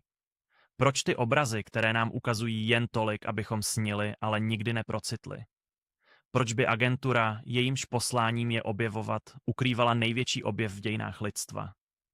Klíč k tichu se možná neskrývá v kráterech Marsu, ale v křehkosti naší vlastní mysli.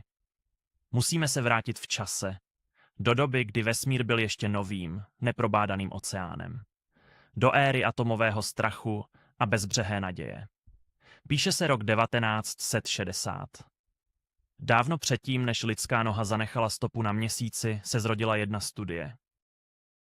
Tiché proroctví, chcete-li, zpráva zadaná agenturou NASA, vypracovaná institutem Brookings. Její oficiální název byl složitý, ale její cíl byl prostý a mrazivý. Měla odpovědět na otázku. Co by se stalo s lidstvem, kdybychom našli důkaz o mimozemském životě? A odpověď, kterou našli, nebyla oslavou, nebyla triumfem vědy. Byla to tichá, zděšená prognóza rozkladu. Proroctví z 60. let nám říká toto. Naše civilizace je dům z karet, postavený na sdílených příbězích, na víře v naši jedinečnost, na přesvědčení, že jsme vrcholem stvoření, nebo alespoň evoluce. A odhalení mimozemského života. To by byl poryv větru, který by ten dům sfoukl. Představte si tu vlnu, která by se prohnala planetou. Nejprve by zasáhla pilíře naší víry. Tisíce let náboženských textů, postavených na myšlence Boha, který stvořil člověka k obrazu svému. Najednou by se tento obraz roztříštil. Co by to znamenalo pro Vatikán? Pro Meku? Pro Jeruzalém? Pro miliardy duší, jejichž realita je ukotvena v posvátných knihách? Někteří by možná nalezli novou, širší víru. Ale mnozí by pocítili, jak se jim půda pod nohama propadá do nicoty. Nastala by krize ducha, jakou svět nepoznal. Pak by vlna zasáhla vědu a filozofii. Jistě, byl by to triumf pro astronomy. Ale pro lidstvo jako celek? Byla by to lekce pokory tak drtivá, že by mohla zlomit našeho kolektivního ducha. Už ne páni vesmíru, už ne jediný inteligentní druh. Možná ani ne ten nejchytřejší. Možná jen dítě hrající si na písku na okraji galaktického velkoměsta. Naše pýcha, naše výjimečnost, vše by se zhroutilo. A nakonec by vlna dorazila k základům naší společnosti, k politice, k ekonomice. Vlády, které by ztratily monopol na nejvyšší pravdu. Autorita, rozpuštěná v kosmickém úžasu a strachu. K čemu jsou hranice států tváří v tvář hvězdným civilizacím?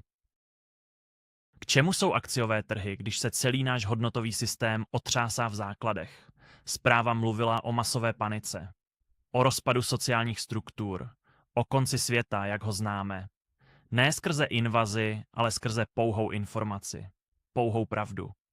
A teď se vraťme k Marsu. Brookingská zpráva počítala s objevem života. S mikroby pod ledem. S rádiovým signálem z daleké hvězdy. Ale představte si, že ten vzkaz, který najdeme, není jsme tady. Představte si, že ten vzkaz zní: byli jsme tady a selhali jsme. Zrcadlo naší zkázy. To je to, co by Mars představoval. Nejen důkaz, že nejsme sami, ale děsivý důkaz, že inteligentní život může sám sebe zničit. Že technologický pokrok nevede nutně k osvícení, ale možná k nevyhnutelné záhubě. To už není filozofická otázka. To je memento mori vytesané do tváře celé planety. Varování tak hlasité, že by mohlo ohlušit naši naději. Kdyby NASA přiznala, že na Marsu byla válka, neřekla by nám jen něco o Marťanech. Řekla by nám něco strašlivého o nás samých. Ukázala by nám zrcadlo. A v tom zrcadle bychom viděli naše vlastní jaderné zbraně. Naše vlastní konflikty, naši vlastní křehkost. Panika popsaná ve staré zprávě by byla jen slabým odvarem. Nastoupil by fatalismus, nihilismus, pocit, že náš osud je spečetěn a že kráčíme ve stopách mrtvé civilizace. Že konec je nevyhnutelný. Proč by to tedy tajili? Možná ne ze zlovůle, možná ne ze spiknutí, ale z jakéhosi pokřiveného otcovského strachu. Ze strachu, že nejsme připraveni. Že bychom tu pravdu neunesli, že ticho je aktem milosrdenství. Že nás chrání ne před pravdou o Marsu, ale před pravdou o nás samých. A tak nám dál posílají obrázky kamenů a písku. A nechávají nás spát. Protože vědí, že noční můra, která by následovala po probuzení, by mohla být naším posledním snem. A co když to největší tajemství není ukryto ze strachu, ale z lásky? Co když to ohlušující ticho z vesmíru není prázdnotou, ale naopak těžkým břemenem? Naše cesta nás nyní vede hlouběji. Pryč od fotografií a spektrálních analýz. Do říše filozofie.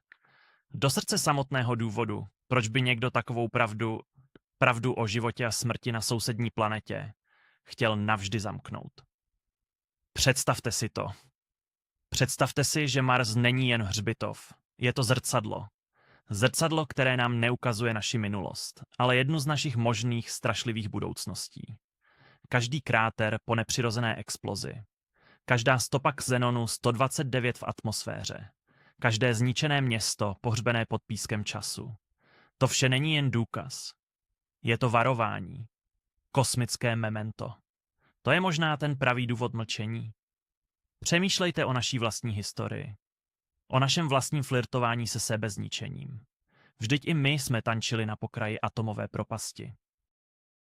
I my jsme se dívali do tváře ohni, který dokáže měnit světy v popel.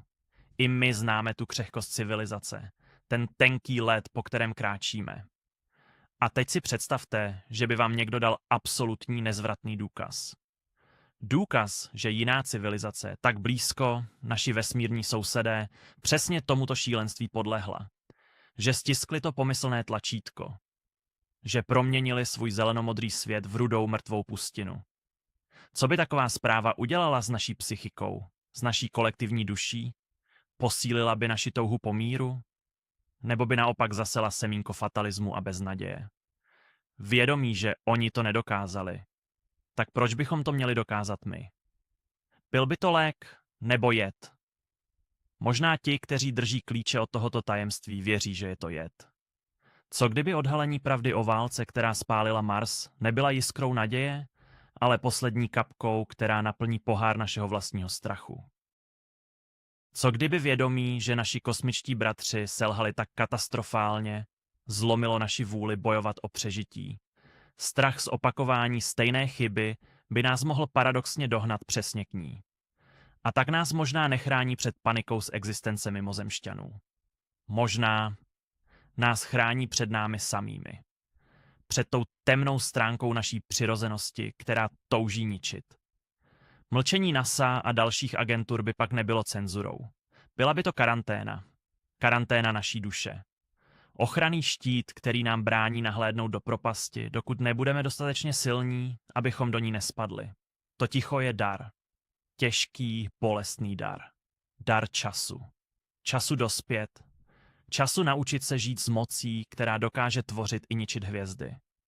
Protože prach na Marsu není jen prach, je to ozvěna rozhodnutí. A my se každý den rozhodujeme, zda bude naše země znít stejnou ozvěnou. Proč takové ticho? Proč ta pečlivě udržovaná iluze prázdnoty? Odpověď možná není pohřbena v rudém písku miliony kilometrů daleko. Možná je mnohem blíž, možná je přímo nad našimi hlavami. A tak se musíme ptát na hru stínů, která se odehrává těsně za hranicí našeho vnímání. Co když naše cesta ke hvězdám není tou první? Co když vedle oficiálních misí, těch, které sledujeme se zatajeným dechem, existuje jiná flotila? Tichá, neviditelná. Flotila, která se plaví v hluboké temné vodě mezi světy. Která zná cesty, jež my teprve objevujeme. Která zná přístavy, o nichž se nám ani nesnilo. Představte si na chvíli divadlo. Velkolepou scénu, na které hrajeme své každodenní životy. Věříme kulisám. Věříme scénáři, který nám byl předložen. Ale v zákulisí, v šeru za oponou, stojí režiséři. Režiséři, kteří nejenže znají skutečný příběh Marsu, oni drží v rukou jeho dědictví. Technologii zrozenou z popela. Vědění vykoupené zkázou. Odhalit pravdu by neznamenalo jen přepsat učebnice historie. Znamenalo by to strhnout oponu. Znamenalo by to ukázat, že někteří nehrají stejnou hru jako my. Že zatímco my hledíme k nebi s nadějí, oni se z něj na nás dívají svědomím. Konec takového představení by otřásl samotnými základy naší reality. Protože pád kulis by odhalil, že moc, o které si myslíme, že vládne světu, je jen stínem skutečných loutkářů. Naše cesta nás nyní vede pryč od zrnitých snímků a chladných datových toků. Vede nás do tichých, klimatizovaných chodeb, kde se rodí oficiální pravdy. Představte si obrovský, monolitický chrám vědění. Jeho zdi jsou vysoké, jeho ticho je dokonalé. A přesto i ta nejpevnější zeď má své praskliny. A těmi prasklinami uniká šepot. Zvuk, který oficiálně neexistuje. Říkejme tomu ozvěny zevnitř. Nejsou to titulky v novinách. Nejsou to tiskové konference s oslnivými úsměvy. Jsou to tiché rozhovory po setmění. Fragmenty vět zachycené na starých nahrávkách, které syčí statickou elektřinou pochybností. Jsou to slova mužů a žen, kteří zasvětili život hvězdám. A viděli víc, než směli přiznat. Slyšíte je? Jsou to inženýři s unavenýma očima, kteří v polotichých rozhovorech mluví o datech, jež se ztratila. O telemetrii, která ukazovala nemožné anomálie, než byla skalibrována do normálu. Jsou to analytici obrazu, kteří na mapách viděli symetrii a pravé úhly tam, kde měl být jen přirozený chaos eroze. Jejich hlasy jsou jako vzdálený signál z hlubokého vesmíru. Téměř pohlcený kosmickým šumem oficiálních zpráv a pečlivě formulovaných prohlášení. Jsou to ozvěny svědomí, kterému bylo nařízeno mlčet. Ale nejsilnější a nejčistší jsou ty poslední zpovědi. Ta slova pronesená na prahu věčnosti. Kdy už strach ze ztráty kariéry, reputace nebo dokonce života ztratil veškerou svou moc. Kdy jediné, na čem záleží, je tíha tajemství, které duše nesla po celá desetiletí. Představte si tu scénu. Starce, jehož dech je mělký jako řídká atmosféra Marsu, ale jehož oči hoří poslední jiskrou naléhavosti. Nemluví o lítosti, nemluví o rodině. Šeptá. Šeptá o souřadnicích, které nikdy nebyly zveřejněny. O snímcích zamčených v olověných trezorech hluboko pod zemí, které ukazují trosky, jež nemají geologický původ. Šeptá o tichém nevysloveném příkazu, který koloval mezi zasvěcenými jako stín, retušovat, mazat, zapomenout. Tyto ozvěny zevnitř netvoří kompletní obraz. Jsou to střípky rozbitého zrcadla, roztroušené v čase. Ale když je opatrně složíte k sobě, světlo, které odrážejí, je ostré a znepokojivé. Neukazují nám jasnou tvář dávné civilizace. Místo toho v nich vidíme něco jiného. Odráží se v nich stín pochybnosti na nablýskaném povrchu naší reality. A tichá otázka, která visí ve vzduchu jako prach po explozi. Jaká pravda je tak strašlivá, že musí být střežena až do posledního vydechnutí? Naše cesta nás nyní přivádí k té nejhlubší a nejtemnější otázce. Otázce, která se jako přízrak vznáší nad všemi našimi teleskopy, nad všemi našimi sny o hvězdách. Je to otázka ticha. Proč je vesmír tak mlčenlivý? Proč, když hledíme do nekonečné tapisérie galaxií, neslyšíme nic než chladný, prázdný šum? Velké ticho astronomové tomu říkají Fermiho paradox. Miliardy hvězd. Miliardy planet podobných Zemi. Statistická jistota, že nejsme sami. A přesto nic. Žádné signály, žádné stopy. Jen ohlušující kosmické mlčení. Kde všichni jsou? Ta otázka rezonuje prázdnotou, ale možná jsme se celou dobu dívali špatným směrem. Možná odpověď neleží v nekonečných dálkách. Možná je mnohem blíž, rudá, prašná a mrtvá. Co když Mars není jen příběhem o jedné ztracené civilizaci? Co když je Mars odpovědí na velké ticho? Představte si, že inteligence není darem. Představte si, že je to jen krátká, oslnivá jiskra. Jiskra, která nevyhnutelně zažehne požár, jenž ji pohltí. Možná existuje ve vesmíru univerzální zákon, o kterém jsme nevěděli. Zákon velkého filtru. Každá civilizace, která dosáhne určitého technologického vrcholu. Každá civilizace, která odemkne sílu atomu a dosáhne hvězd, nevyhnutelně odemkne i dveře ke své vlastní zkáze. Jejich nástroje pokroku se stanou nástroji zániku. Jejich moudrost se utopí v jejich píše. A jejich hlasy utichnou. Navždy. Hřbitovy světů. V tomto děsivém světle už Mars není anomálie. Není to tragická výjimka. Mars je pravidlo. Je to archetyp. Je to osud, který potkal nespočet jiných světů před ním. My jsme ti, kdo jsou výjimkou. Alespoň prozatím. To ticho, které slyšíme z hlubin vesmíru, není ticho prázdnoty. Není to ticho osamění. Je to ticho hřbitovů. Nasloucháme tichu miliard mrtvých civilizací. Každá hvězda na noční obloze není příslibem života. Je to náhrobek. Každý paprsek světla, který k nám letí miliony let, je možná jen ozvěnou posledního výkřiku světa, který už dávno neexistuje. Vesmír nemlčí, protože je prázdný. Vesmír mlčí, protože ti, kteří mohli mluvit, se sami umlčeli. Spálili své světy v ohni válek tak strašlivých, že proměnili jejich domovy v prach. Přesně jako Mars. Ten rudý svět na naší obloze tak není jen varováním. Je to poselství. Je to epitaf, napsaný na tváři celé planety. Epitaf pro Marťany. A možná epitaf pro všechny, kteří se odváží snít příliš vysoko a zapomenou na křehkost svého vlastního domova. To ticho, které slyšíme, je konec příběhu. A my stojíme přesně na té stránce, kde se ten příběh může zlomit. Šepot marťanského větru není jen zvukem eroze. Je to ozvěna. Ozvěna ticha, které čeká. Naše cesta se chýlí ke konci. Světla v našem planetáriu snů pomalu pohasínají. Ale než se úplně ponoříme do ticha, zastavme se. Rozhlédněme se po cestě, kterou jsme ušli. Všechny ty střípky, které jsme pozbírali v rudém prachu. Všechny ty nitky, které jsme vytáhli z kosmického gobelínu. Teď je čas je splést dohromady. Vidět obraz, který tak dlouho unikal našemu zraku. Vzpomeňte si na začátek.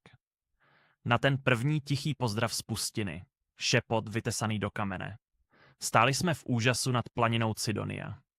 Dívali jsme se na tvář, na monument, hledící k nebesům po miliony let. Nebyla to jen hra světla a stínu. Byl to vzkaz. Byla to první nota v tiché symfonii. Vedle ní stály pyramidy. Geometrie příliš dokonalá. Architektura příliš záměrná na to, aby byla dílem náhody. Byly to ruiny města. Nebo možná jen náhrobky. Tichý hřbitov civilizace, jejíž jméno neznáme.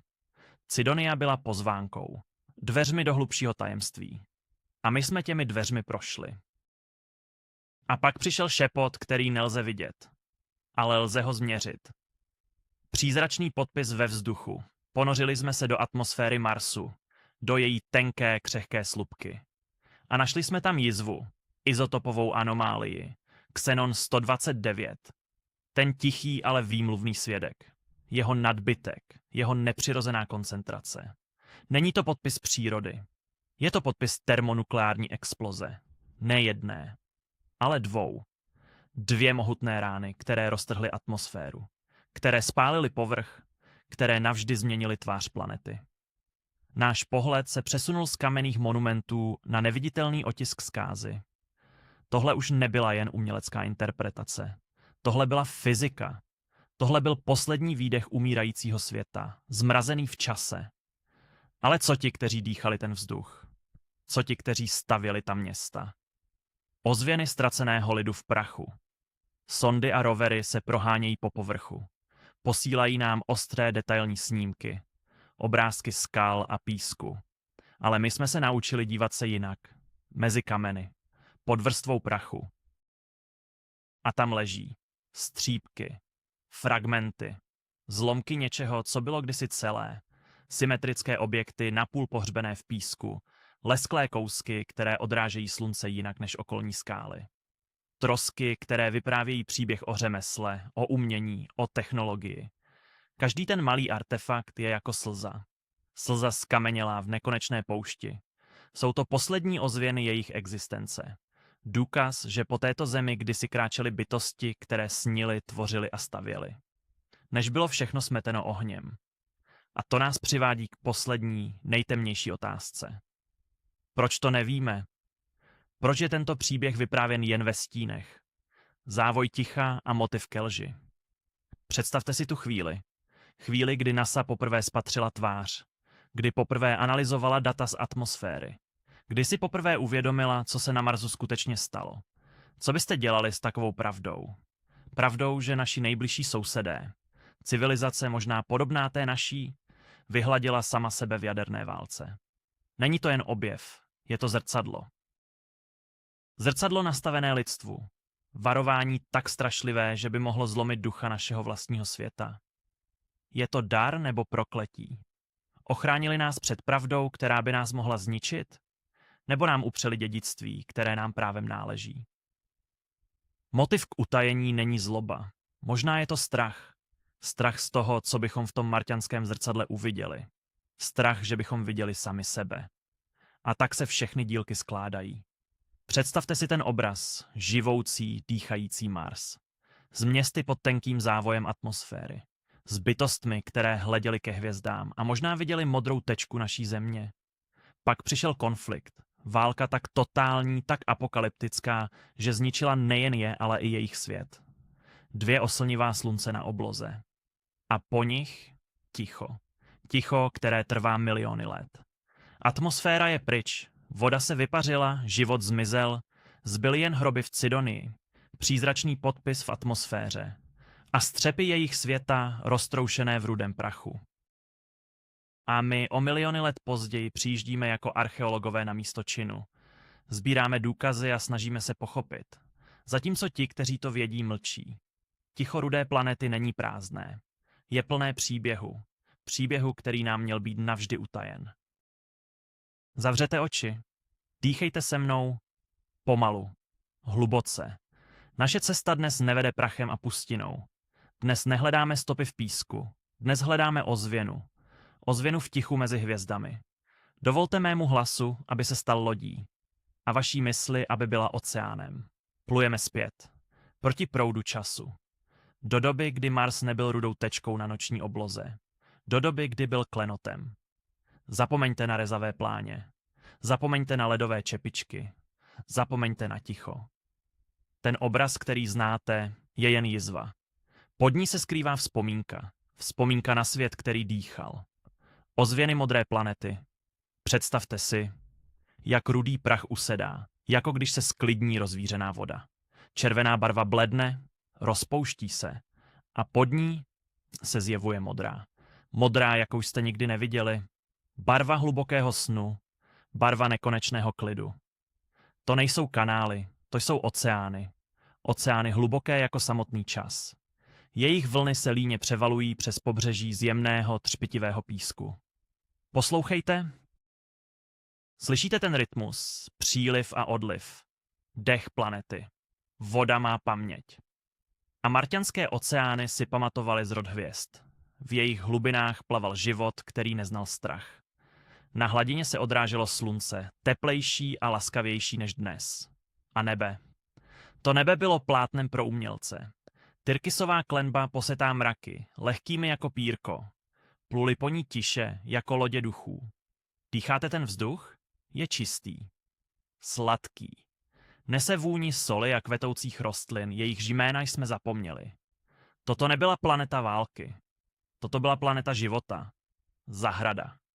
Krystalová symfonie A v té zahradě stála města. Ale nepředstavujte si kámen a ocel.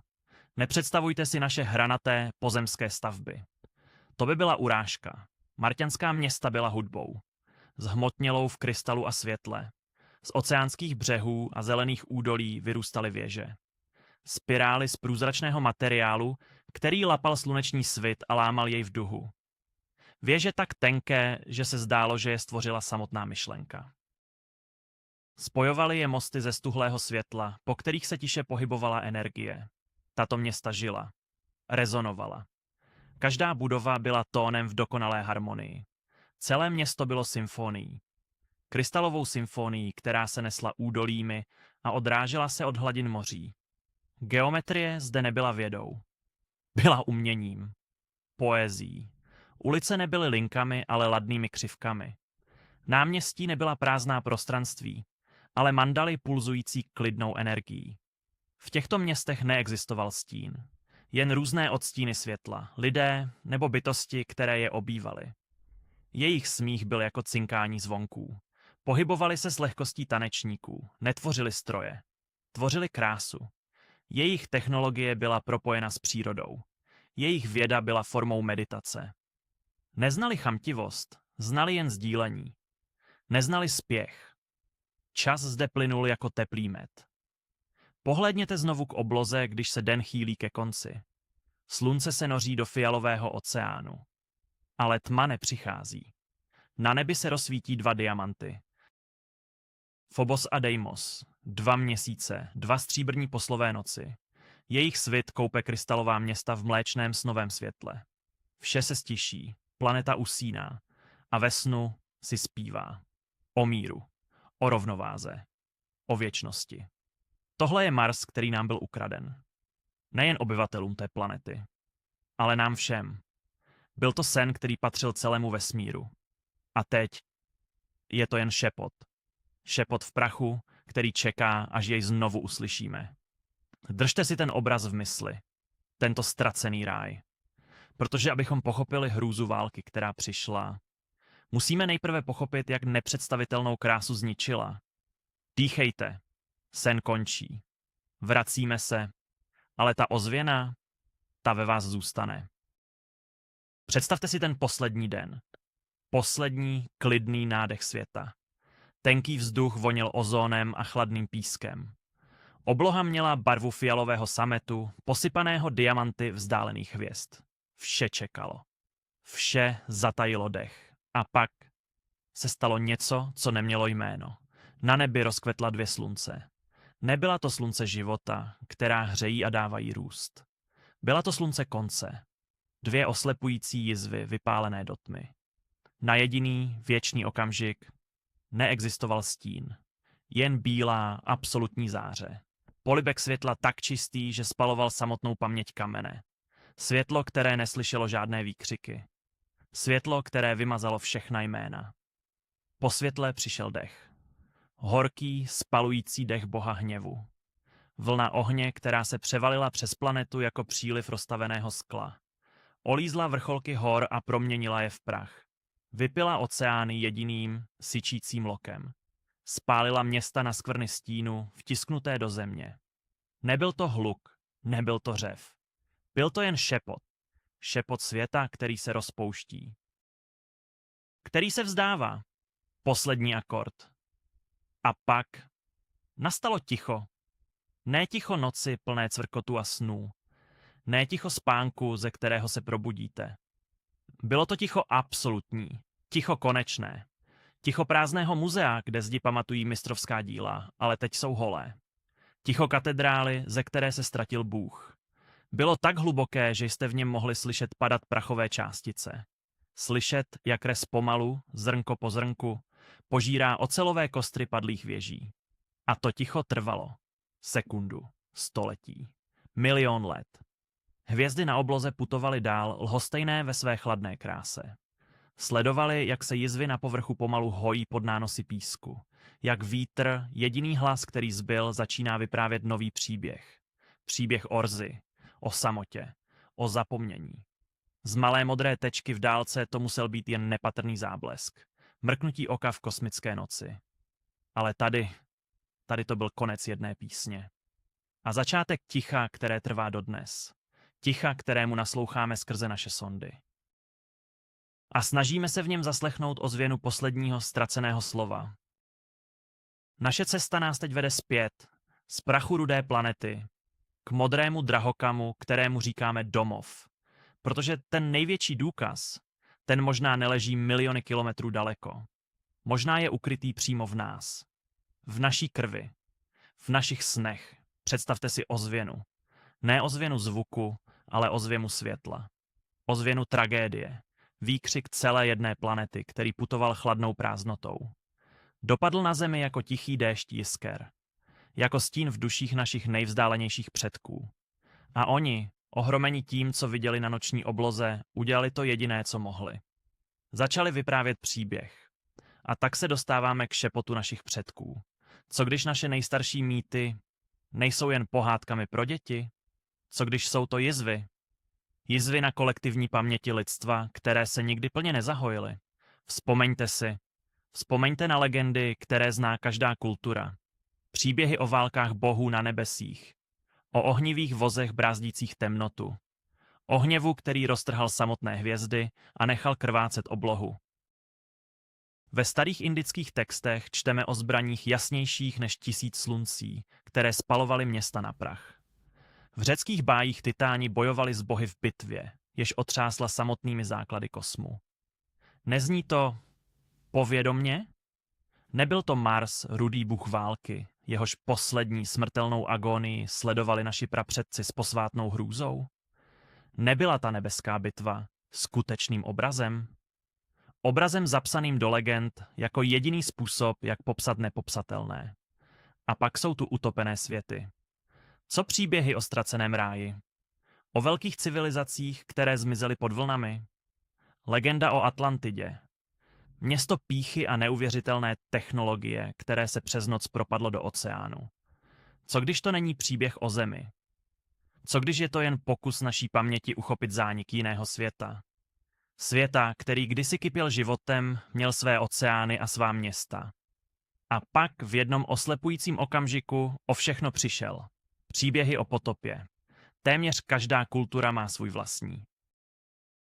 O vodě, která přišla z nebes a smyla hříchy světa. Mohla to být vzpomínka na marťanskou atmosféru, která se v pekelném žáru zhroutila? Na oceány, které se vypařily a znovu skondenzovaly v apokalyptickém liáku, jenž vše pohřbil pod nánosy bahna a ledu? Naše cesta se pro tuto chvíli uzavírá u jediné mrazivé otázky. Co když ty nejhlubší kořeny naší mytologie, ty příběhy, které si šeptáme po tisíce let, nejsou o nás? Co když jsou jen zkreslenou, vybledlou vzpomínkou na naše sousedy? Svědectvím o katastrofě tak obrovské, že její stín dopadl přes propast vesmíru. A navždy se vryl do naší duše. Nejsme my jen ti, kdo přežili, aby vyprávěli jejich příběh? Aniž bychom tušili, čí příběh to vlastně je. Naše cesta dnešní nocí končí a zanechává za sebou více otázek než odpovědí. Zanechává za sebou šepot. Šepot větru, který tančí po tváři z kamene. Šepot izotopů, které zpívají píseň o dávném ohni. Šepot pyramid, které mlčky hledí k cizím hvězdám. A tento šepot si nyní berete s sebou.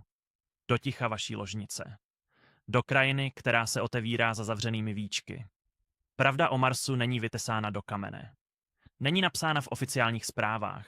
Je to mozaika. Střípek světla zde. Stín pochybností tam. Snímky, které ukazují příliš mnoho. A data, která říkají příliš málo. NASA nám možná nikdy neukáže celý příběh. Možná proto, že jej celý nezná. Nebo možná proto, že některé příběhy jsou příliš těžké na to, aby je lidstvo uneslo. Ale co když pravda není skrytá v trezorech? Co když je všude kolem? Na očích. Jen se na ní díváme špatným způsobem. Možná není pravda jediným monolitem. Možná je rozptýlena jako miliardy zrnek rudého písku, které pokrývají mrtvý svět. Knihovna z prachu. Když se nyní propadáte do spánku, představte si, že každé zrnko rudého prachu je stránkou v zapomenuté knize. A možná ve vašich snech se vám podaří některou z nich přečíst. Nechte svou mysl unášet. Nechte jí plout nad rudými dunami Vals Marineris. Každý nádech je tichým otočením stránky. Každý výdech je uvolněním starého příběhu. Co v nich uvidíte? Ztracená města pod karmínovým pískem? Stíny vysokých bytostí pod 2 měsíci, Phobosem a Deimosem? Ozvěnu výbuchu, který navždy změnil tvář planety? Nebo jen ticho, nekonečné hvězdné ticho, které čeká, až bude vyslyšeno? Dnes večer jsme nehledali konečné důkazy. Hledali jsme dveře. Dveře ve vnímání.